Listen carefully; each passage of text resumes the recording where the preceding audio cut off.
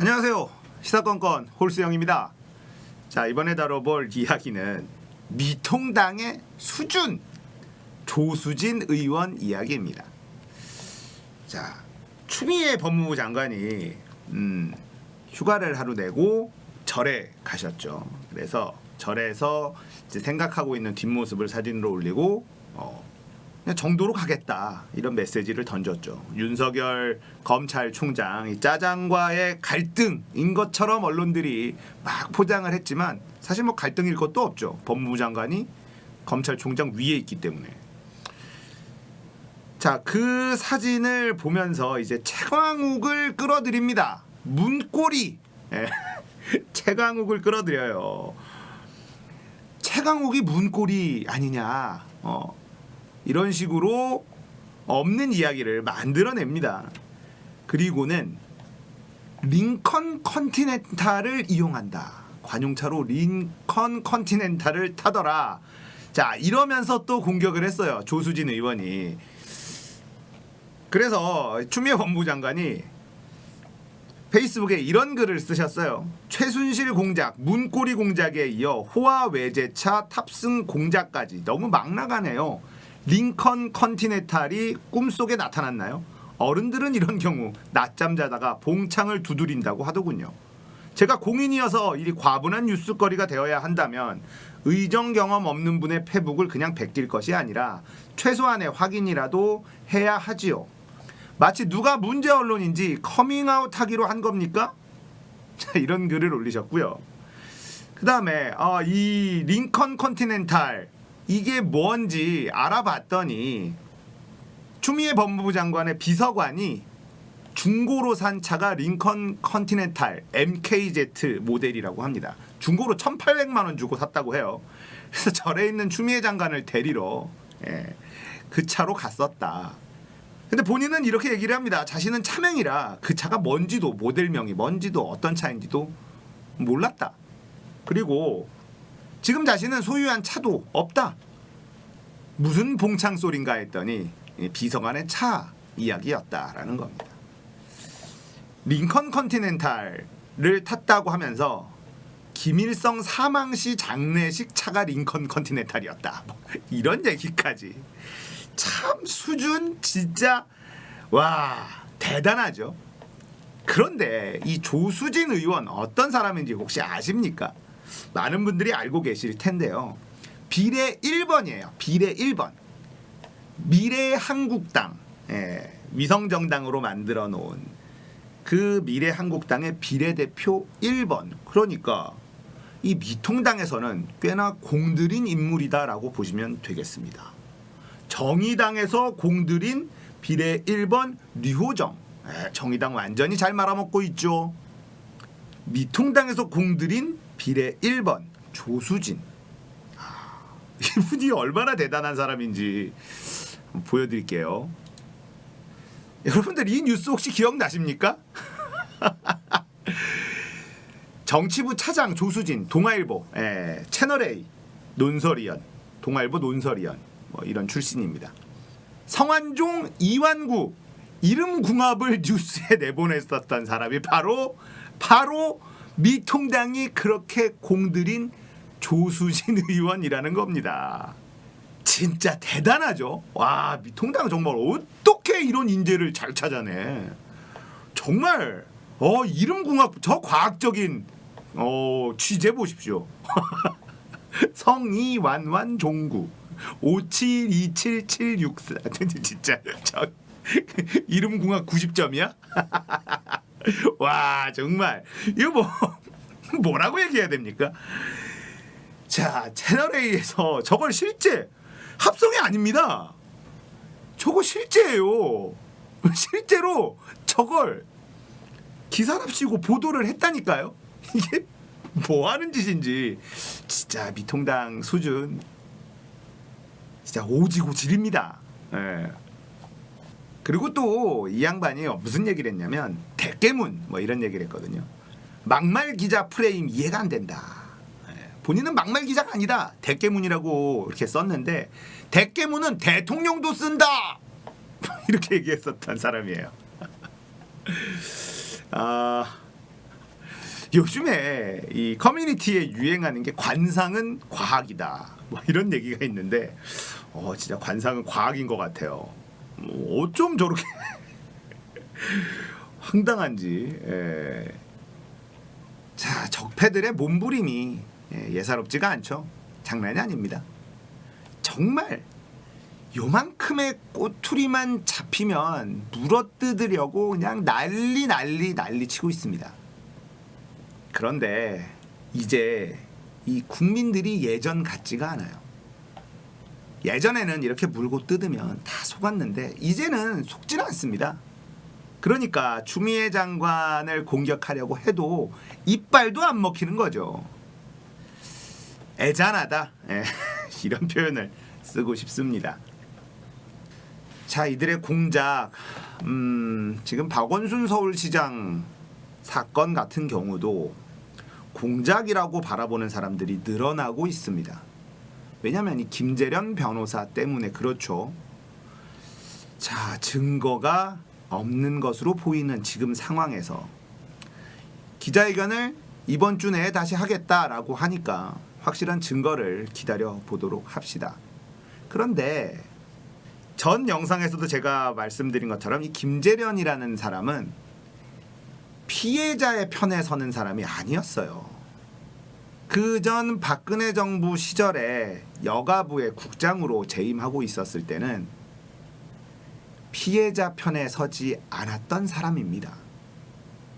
그리고 지금 인터넷에서 지금 벌어지는 상황에 대한 추측 이런 글들이 돌고 있는데 꽤나 개연성이 있어요.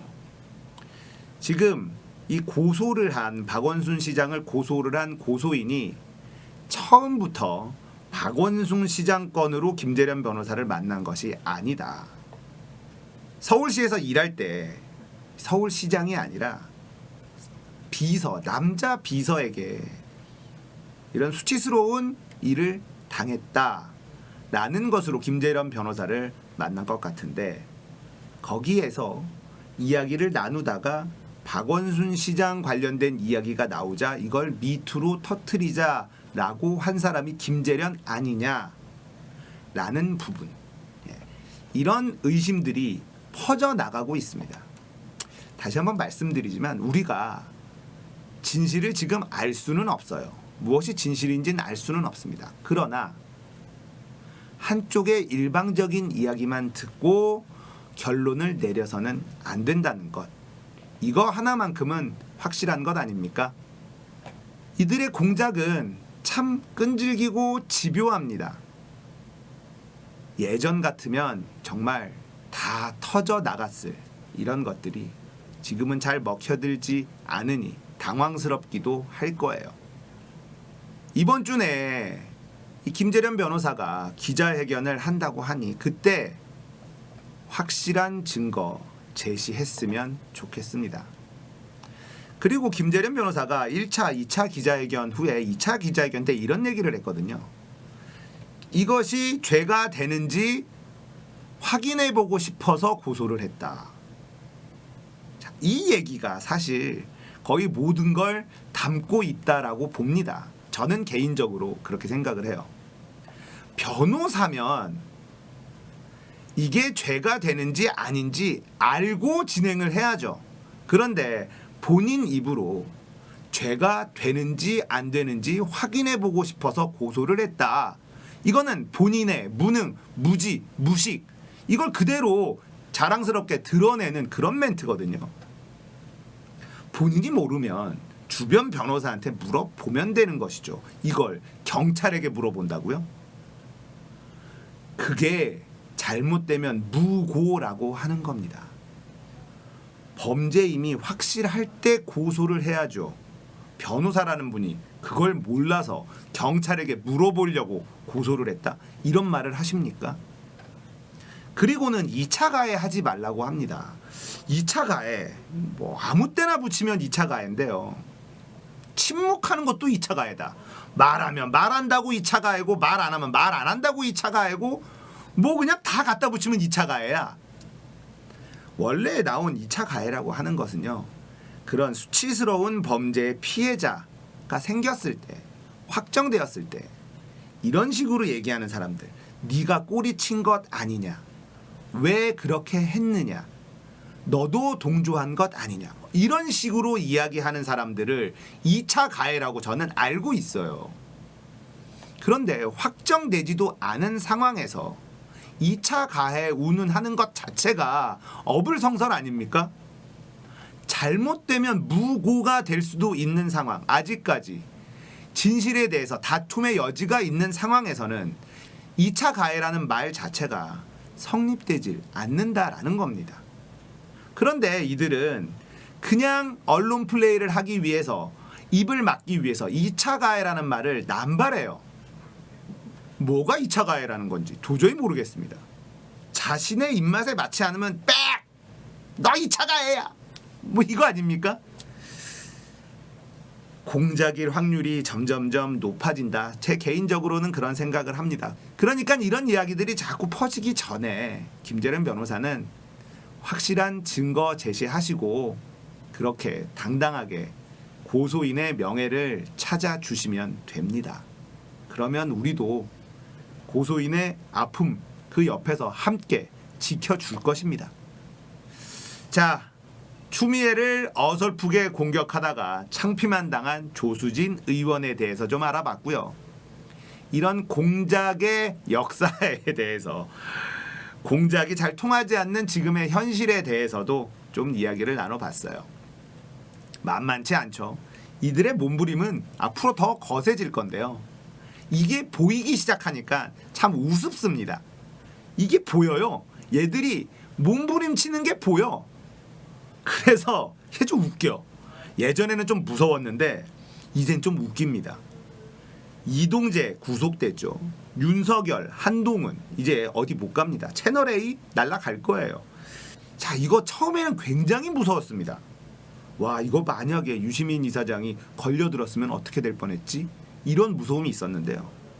이제는 대충 보이지 않습니까? 제가 개인적으로 음모론 이런 거 별로 안 좋아했어요. 근데 이제는 음모론이 아니라 그게 사실인 게 다 드러나니까 얘네들의 수법이 보이고 우리가 어떻게 해야 되는지 이제는 감이 잡히죠. 정의기억연대 윤미향 지금 어떻게 됐죠? 검찰로 증거가 다 넘어갔는데 검찰에서 아무것도 안 나오잖아요. 이건 그냥 아무것도 없다는 뜻이에요. 있었으면 이들이 엄플 안 했겠습니까? 정의연 흔들기 하면 지금 정부 흠집내기 딱 좋은데요. 검찰은 빨대를 통해서 이동재 같은 기자를 통해서 언론 플레이 분명히 했을 겁니다. 그런데 검찰이 증거를 싹 가지고 간 이후에 아무 얘기가 없다. 이건 별게 없다는 뜻으로 해석해도 무방하다. 어떻게든 꼼수로 공작으로 지금 상황을 타개해 보려고, 기득권을 유지해 보려고 몸부림을 치고 있는 이 적폐들을 보니까 애잔하기도 하고 재밌기도 하고 그렇습니다. 우리가 정신 똑바로 차리고 있으면 이들의 공작은 이제 그렇게 무서워하지 않아도 된다. 자, 오늘 이야기는 여기까지입니다. 공감되셨다면 구독, 좋아요, 알람 설정 부탁드릴게요. 감사합니다.